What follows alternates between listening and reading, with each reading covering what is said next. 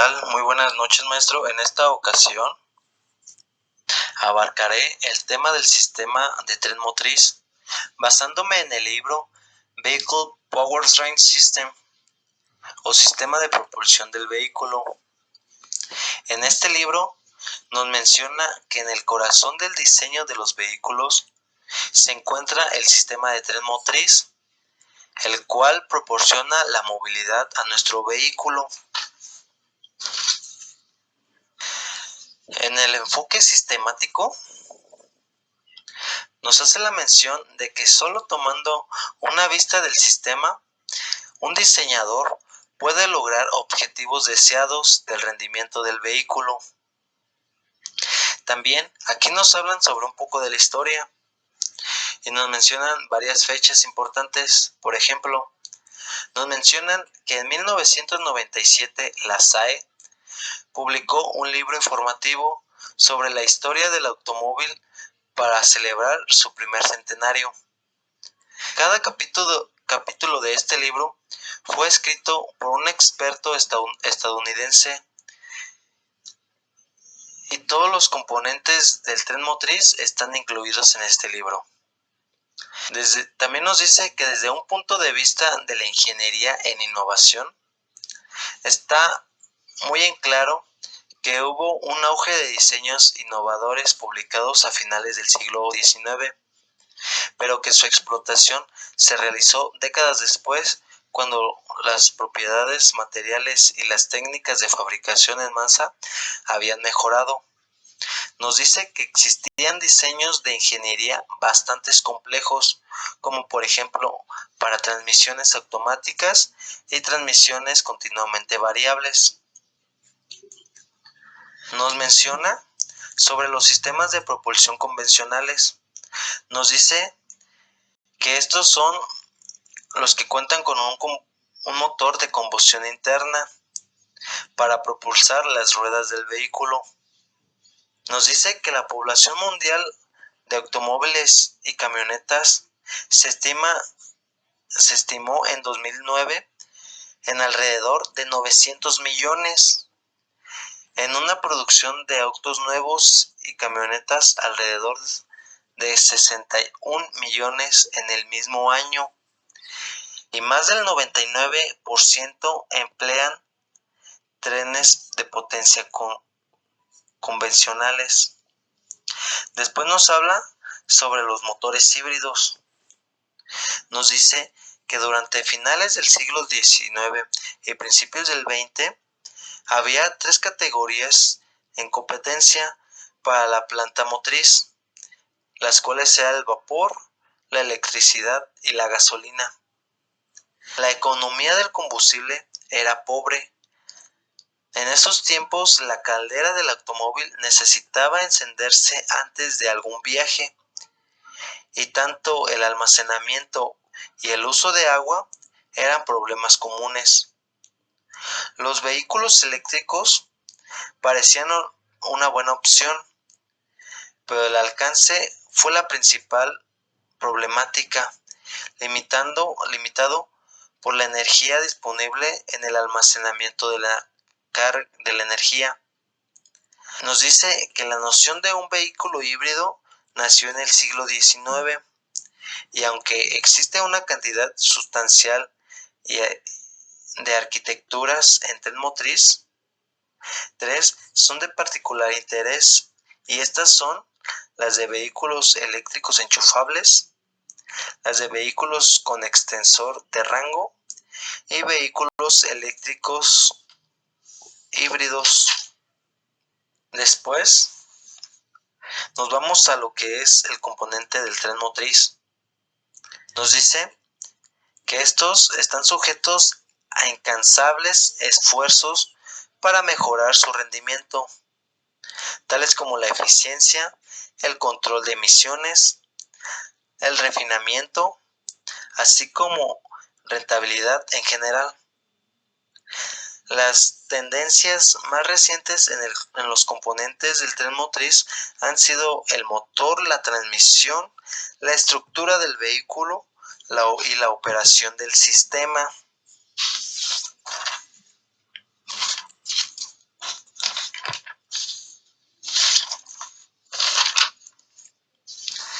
Después se nos hace mención sobre el rendimiento del vehículo y nos dice que desde que aparecieron las carreteras, los primeros automóviles de carretera utilizables construidos, por ejemplo, por Daimler o Benz, en las décadas de 1890 y 1900, la gente ha citado cifras de rendimiento como medio para comprar el vehículo que están deseando.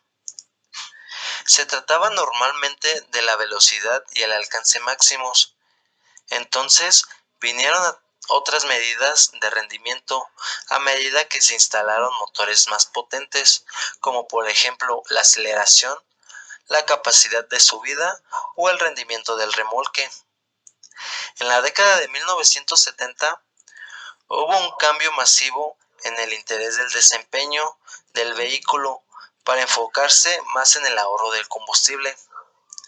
Esto fue impulsado por las regularizaciones del Departamento de Economía Promedio de Combustible Corporativas, o sea, FE, promulgada por primera vez en los congresos en 1975,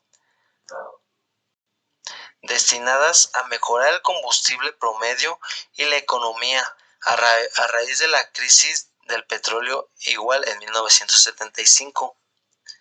Estas acciones marcaron el comienzo de una gran cantidad de interés en todo el mundo, tanto en economía de combustible como en el tema relacionado sobre las emisiones.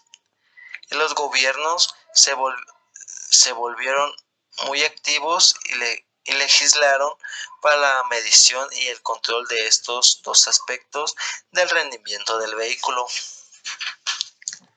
Nos dice que en las últimas décadas el entorno comercial altamente competitivo para la venta de automóviles ha significado que los consumidores necesiten datos y cifras de mantenimiento para comprar los modelos de diferentes fabricantes.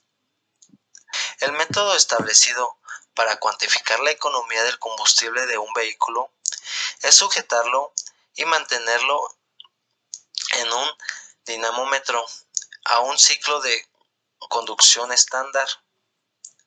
Se han desarrollado varios ciclos de conducción para simular diferentes tipos de operaciones en el vehículo. Por ejemplo, está el extraurbano, el urbano, la carretera y la carretera urbana.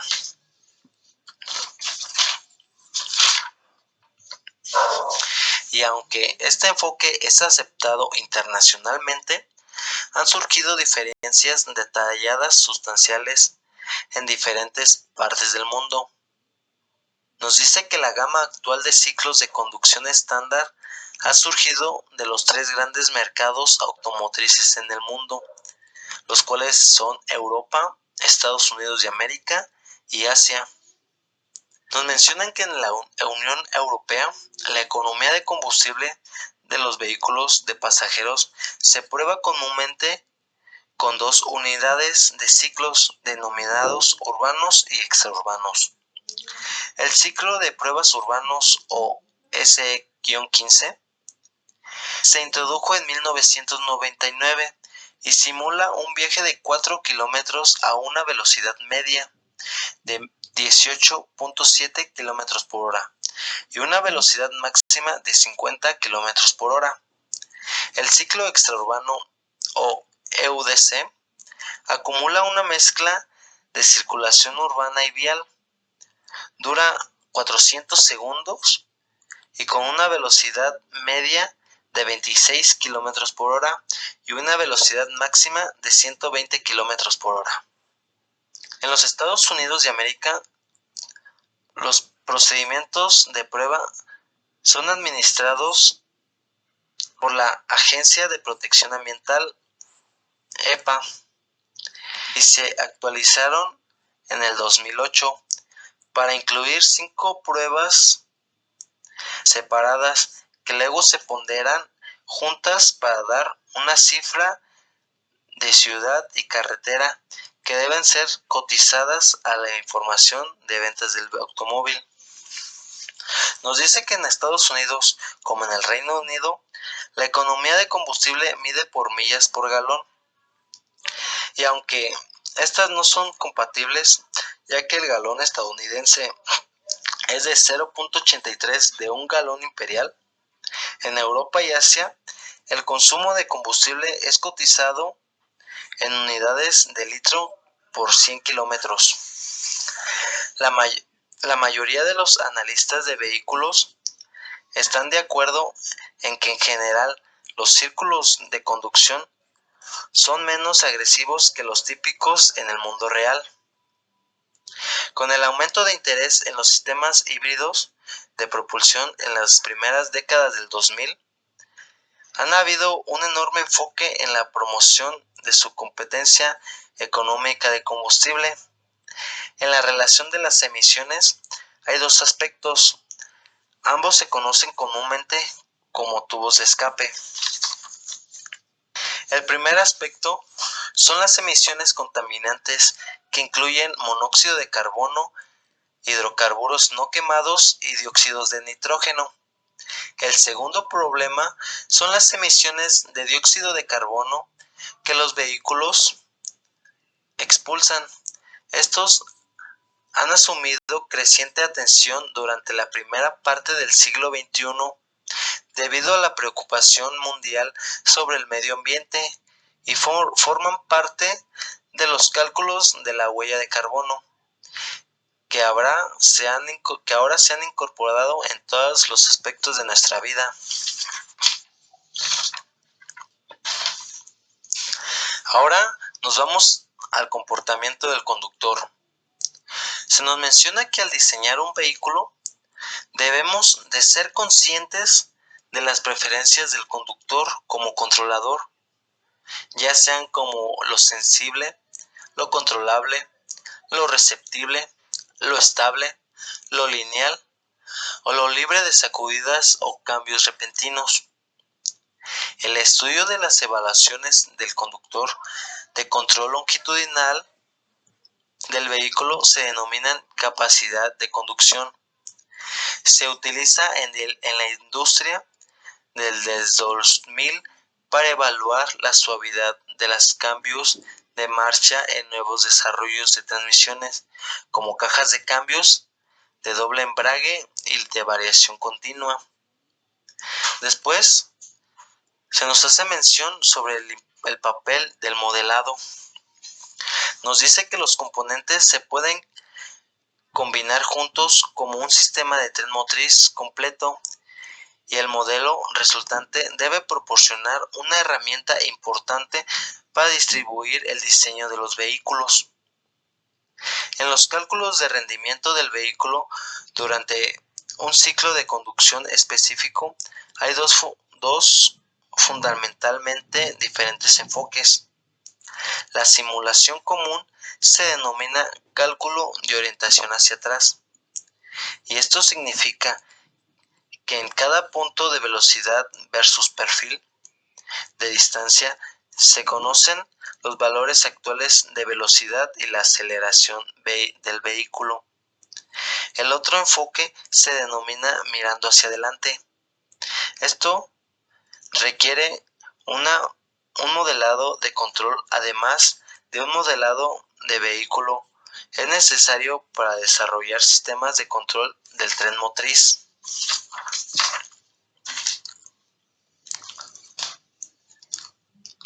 Nos menciona también el objetivo que tiene este libro.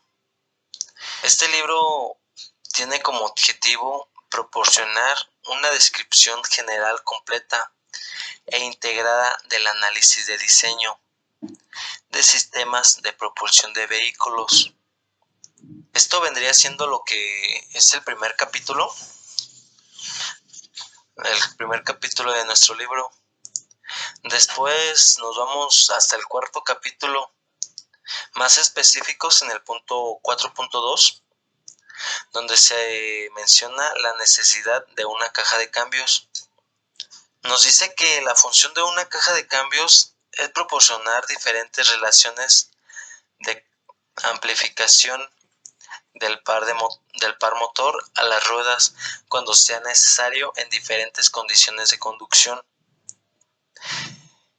En este apartado se nos hace mención sobre las diferentes ecuaciones que se nos pueden presentar en el diseño de nuestro tren motriz. Por ejemplo, nos menciona la fuerza de tracción disponible, nos menciona también la aceleración media del vehículo. También se nos presenta una tabla en donde se comparan los motores eléctricos típicos de 60 kilómetros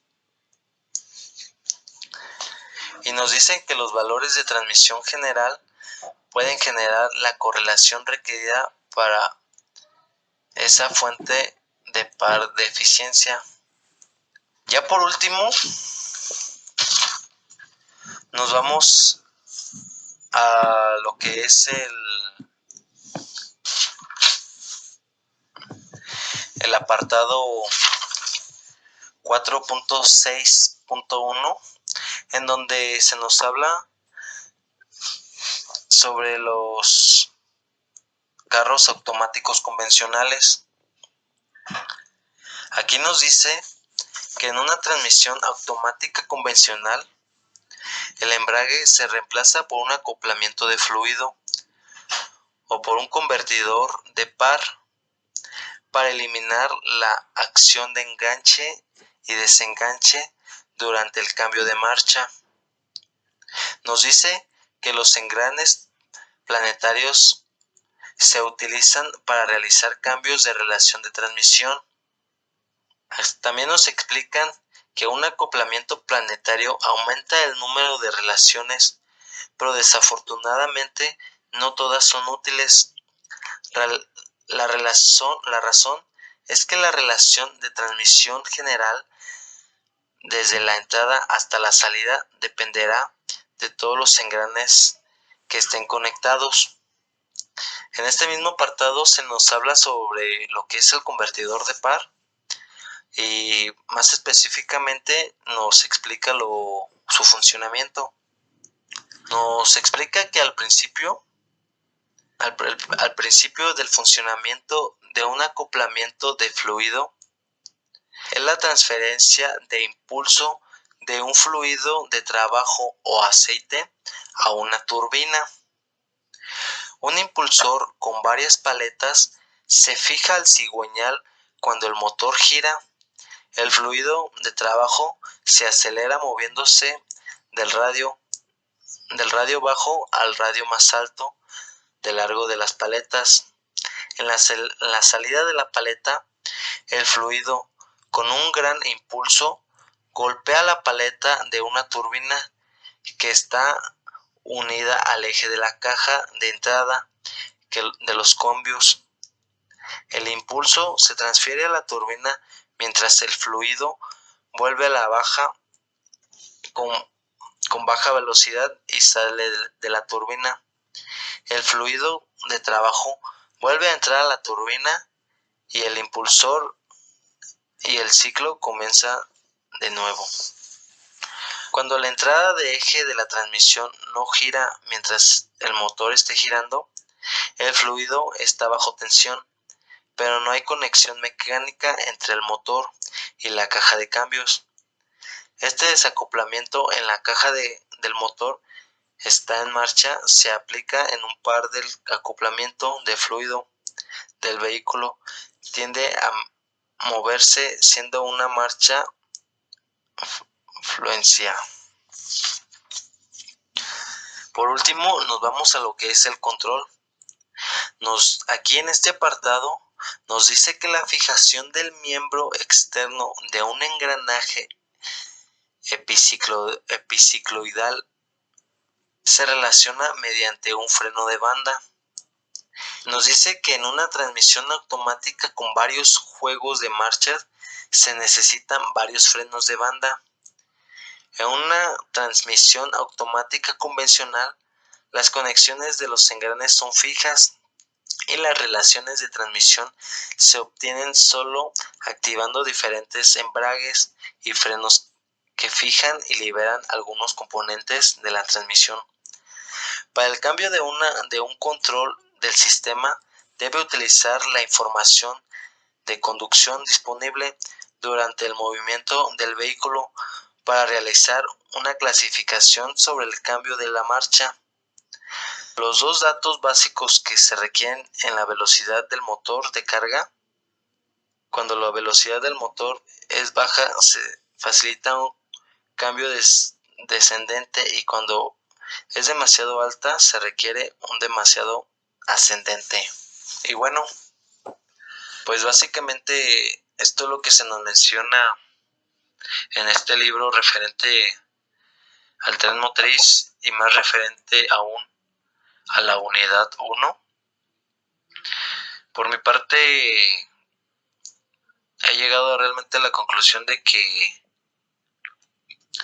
es muy difícil el diseño, se requiere de tomar demasiados puntos en cuenta, ya que, como lo dice el libro, el tren motriz realmente es el corazón de nuestro vehículo, ya que sin él pues no podríamos generar el movimiento, ¿verdad? No podría haber llantas girando. Entonces es de suma importancia el tener un buen diseño, tanto en